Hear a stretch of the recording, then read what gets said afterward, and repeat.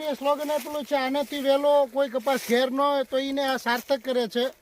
આપણે પ્રતાપભાઈ મારે અહીંયા આવેલા ત્યારે એમને એવું મને કીધેલું કે ભાઈ કઈ વેરાયટી વાવું, તો મેં એમને સજેશન કરેલું ભાઈ એડવાન્સ વાવો. મને કે આખું મેં તો જોયેલું છે, તમે વાવો તો એમને બીજી કેટલી એમના બીજા ખેતરમાં બધી વાવેલી છે એના કરતાં વિશેષ અત્યારે એમને જોવા મળે. એમના માટે સંતોષકારક વેરાયટી છે આ, બરોબર. અને બીજા બધા જે એમના વેરાયટીમાં જે ઉતાર આવે એની કરતાં સવાયો દોઢો મિનિમમ છે ઉતારો. છેક ઉપર સુધી તમે એના વિણાટનું એક પેશીમાં 8 થી 10 કપાસિયા, રૂની ક્વોલિટી અને બજાર ભાવ ચાલુ બજાર કરતાં કાયદેસર 100 રૂપિયા પ્લસ બજાર ભાવ મળે એવી રૂની ક્વોલિટી છે.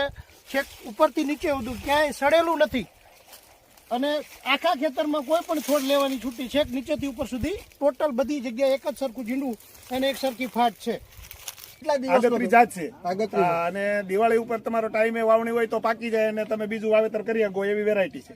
તમે એટલા વર્ષથી કપાસનું વાવેતર કરતા હશો, આ વર્ષે આ એડવાન્સ વેરાયટી કરી તમે, તો એના કરતા શું અલગ લાગે છે? એના કરતા અલગ કે ફાલ નીચેથી બે છોડની હાઈટ બહુ હાઈટ પ્રમાણે એનો માલ સારામાં સારો બને. બીજા કપાસમાં અત્યારે શું કન્ડિશન? 100 દિવસનો કપાસ બીજો પણ હશે ને આ પણ છે, તો એ બેયમાં ખાલી તફાવત શું છે એ તમારે કહેવાનું? કપાસ નીસો છે, નીસો છે.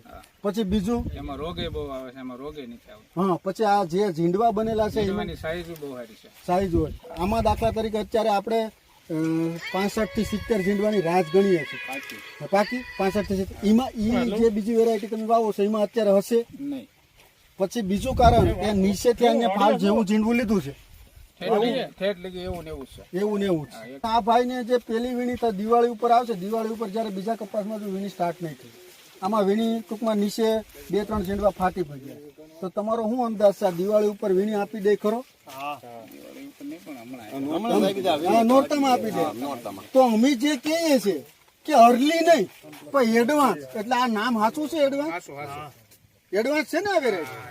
90 દિવસે જે મગફળી 120 દિવસે 15 મણ નથી આપતી, ત્યારે આ 100 દિવસે 20 મણ કાઢીને કે 15 મણ કાઢીને આ કપાસ આવશે.